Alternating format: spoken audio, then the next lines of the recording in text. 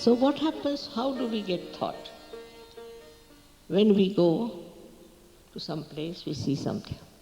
Immediately we react. That's our habit. This can be also proved scientifically why we always react. Either we react towards it or we absorb it. So all the time our mind is working, and it is a wobbly mind. You are all the time bothered with it, and the modern times are the worst. Though this is a special time, as I said, because this is the time when people think the most. And this thinking goes on acting in such a way that they suffer from all kinds of diseases. Also, sometimes this mind tells you that this is wrong, that is wrong. You go on doing things, for example, Hitler, how he behaved, how he killed so many people, but he never realized he was doing something wrong. Never. Ultimately, he killed himself because he was afraid that he'll be caught, but not that he repented. So they go on doing wrong things all the time without knowing that they are doing wrong things. Now to say this is sin, that is sin, only fills people with fear, that's all, and guilt. But actually, when you become the self, in the light of the self, you know what is right and what is wrong, what should be avoided, what is not beneficial for you. You just know, because you know about yourself. You get the self-knowledge. That is, you can feel your centers as being told to you on your fingertips. This again is said in the Quran, that at the time of Qiyamah, the last judgment, your hands will speak.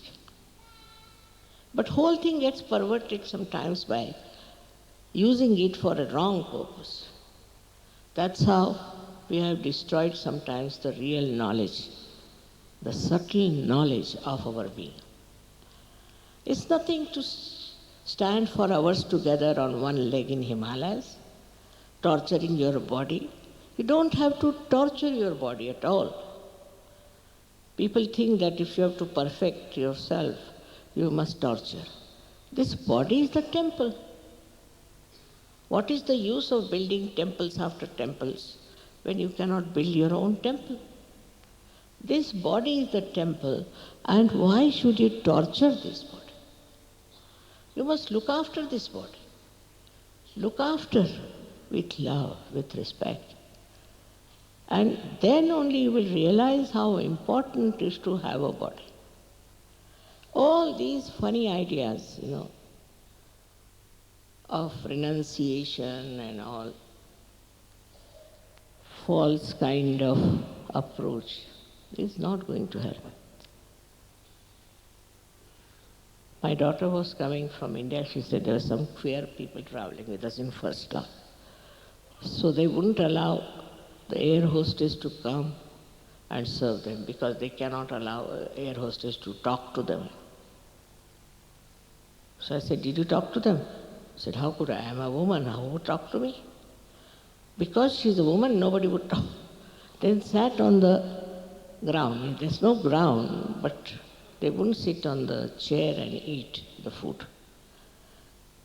For what? Because they are renouncing everything. I think they have renounced their brains. That's what it is. All kinds of stupid things people do. For what? To achieve that state of tranquility, the state of self-realization, of self-knowledge. But just think of it, which is what has to happen inside. What's the use of doing something outside? Unnecessarily making a mess of yourself and of others. It is absurd the way people try to understand that by troubling your body, by making a mess of your body, making a mess of the whole society, that you can achieve something which is so subtle and beautiful.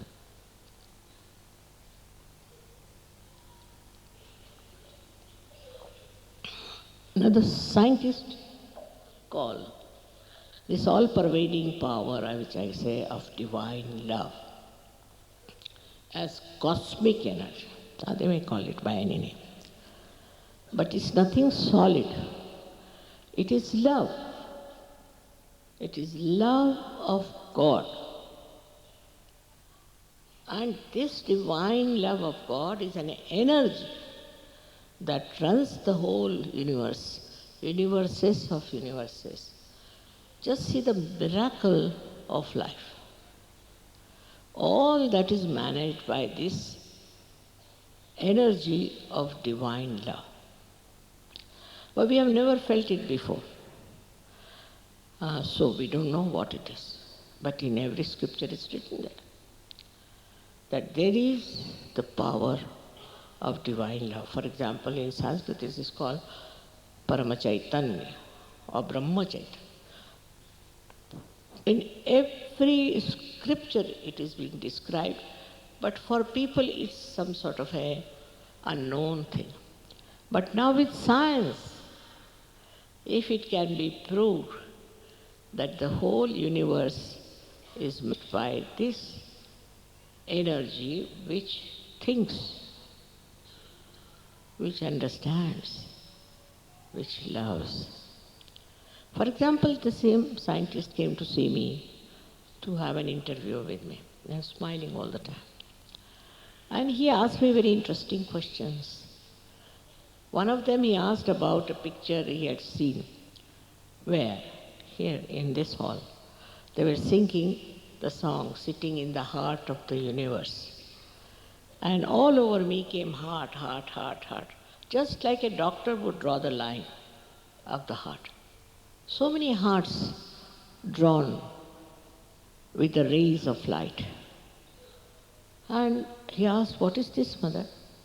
How do they know that they are singing this song? I said, because I know, so they also know. Precisely how do they do things? Because they know. They know more than anyone can know. Not only that, but the way our genes and all those things are there is a very subtle thing, no doubt, but is all managed by this power of divine love. Please understand, there's nothing to fear, nothing to get upset, nothing to starve, nothing to climb Himalayas, nothing needed. This power loves you. And it is around you. Here it is. It is everywhere. And it pulsates. It vibrates. It creates everything. Also, the scientist told me about Einstein, who said that all these ideas come to me not from within but from without, as if somebody is pouring these ideas into me.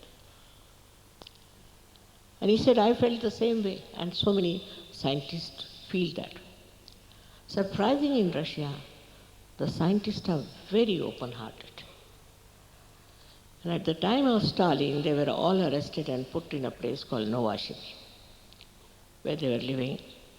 And there they developed, this subtler side, because they were not allowed very much to do other things. So they developed the subtler side of human beings. And there they found out also about auras. He's one of them.